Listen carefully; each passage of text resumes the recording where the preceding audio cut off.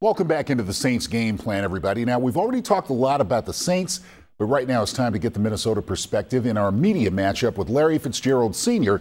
of the Minnesota Spokesman-Recorder. Larry, thanks so much for joining us today. Fred, thanks for having me. Good to talk with you again. Oh, it's my pleasure. My pleasure indeed. First of all, Larry, a big thanks to your son and his team for beating the 49ers and giving the Saints a shot at the #2 seed. But as for the Vikings, what's their psyche like as they bring another disappointing season to a close? Well, thanks. I'll make sure I pass it on to Larry. Yeah, that's a huge game. Went over 1,000 yards for the sixth time in his career, fifth straight year. And, of course, it helped them get in position where they are now, where, they got a chance to do something special, and that is getting to the playoffs. But as far as the Vikings are concerned, it's been an incredibly bad season for them. They've had chances. They've been on the brink of doing something good. But they just have not been able to get it done consistently. Offense, defense, special teams, and, of course, turnovers. And they put up almost 480 yards offense against Denver, had the game in their hands, tied fourth quarter at home, driving to get a field goal. They throw an interception, and you know the rest of the story. Tebow gets another win. Denver. Last week, they're down 21-0. Primarily because of turnovers by their rookie quarterback, Christian Ponder, one of them an interception, the other a fumble in the end zone. Lions jump out to a 21-0 lead. Vikings come back, bench Ponder, come back with Joe Webb, and he just lights it up. And here the Vikings have a chance to win a game with 6 turnovers and give it up on the 1-yard line where a face mask wasn't called and Joe got grabbed there, and they lose another one. So they found a way to win a lot of games. I call them the Jekyll and Hyde Vikings because it's been that type of year for them, Fred. They've had an unfortunate situation. They're trying to drive and get a stadium. Doesn't look like that's going to happen. This is the last year of their lease. That's been a huge distraction hanging over this football team. And this is Leslie Frazier's first year as a head coach. He's gone through Donovan McNabb, now Christian Ponder, and now without Adrian Peterson the last 3 weeks, they've had enough excuses to fill a bag full of Christmas gifts. Oh, man, and excuses, as you know very well, Larry, don't fly well in the NFL. But you mentioned Adrian Peterson missing the last 3 games with a high ankle sprain. Is there any reason to think that even if he does play, he'll be any kind of a threat against the Saints Sunday? Absolutely. You know, he's one of the best to ever play this game, and he's closing in on another 1,000-yard season. And I thought there was a chance he was going to play last week at Detroit, but they decided to wait another week. He's still only about 70%, but I got a feeling he's going to be ready to go this week. So the Saints will probably have to prepare for Adrian Peterson being back in the lineup in a game that means everything to the Saints as they push to try to lock up the #2 seed, which is a ticket to the Super Bowl for some teams. Now, you talked a little bit about the quarterback situation up there with McNabb starting off the season. That didn't work out, and he got benched and then released. Christian Ponder, he got benched in the last game against Detroit. So is Webb going to be starting this Sunday, and how effective do you expect him to be? Well, Christian Ponder had a hip injury late in the Denver loss. And although he didn't practice much last week, he did start. And as you saw, didn't play particularly well, but did play going into the fourth quarter until he just made so many turnovers that Leslie Frazier benched him for the first time in his young career. Joe Webb steps in and played extremely well and almost brought the Vikings back to get a win. This week, Christian Ponder is going to start again. And so they're expecting him to play better and to play and make some progress like he had been showing. But, Joe Webb is sitting there and waiting if needed. And he's an explosive player, very talented, and has shown why the Vikings are very high on him being a backup quarterback. Percy Harvin, let's talk about this guy. He has been his usual dangerous self with 1,000 yards from scrimmage, averaging almost, 40 yards per kickoff return. Do you think this guy is going to be a factor, and how big a factor will he be Sunday?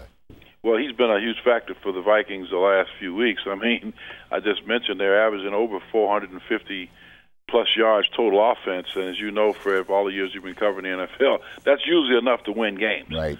But for the Vikings, it's just been enough for them to be competitive, to be in there. and then give it away, which has been the case for them. But he has just been sensational the last 4 weeks.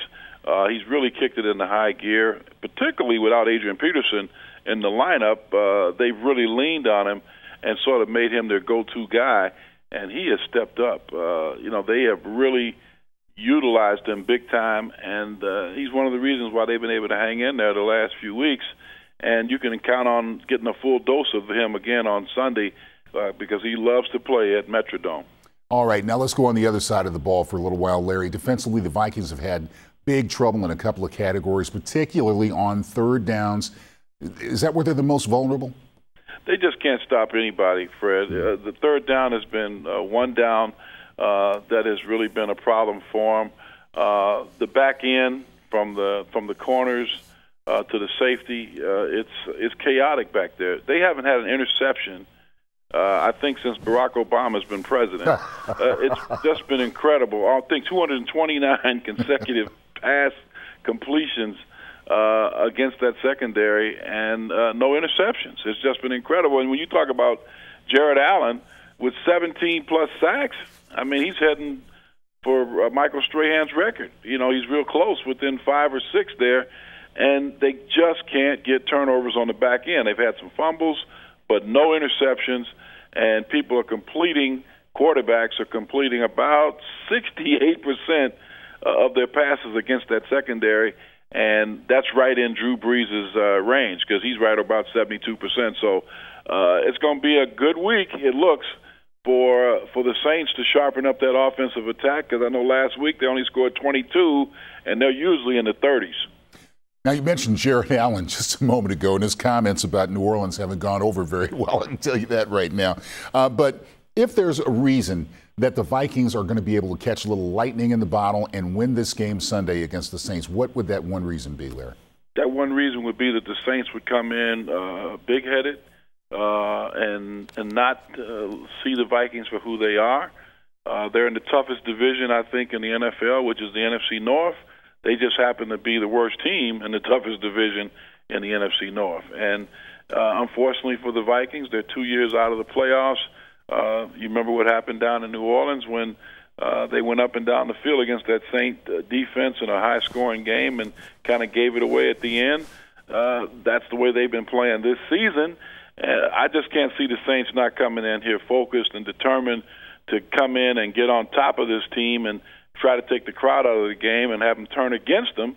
And I just think that's the way the Saints will come in. They're an experienced team. I saw the Saints play against the Packers in the NFL kickoff weekend. They came within an eyelash of winning that one on the road. And if you could come close to winning on the road at Lambeau, I got a feeling they're going to come in here and do what they got to do Sunday, which is anything necessary to get a win. All right. Now, needless to say, Larry, things aren't very happy around the facility. A lot of chaos up there these days.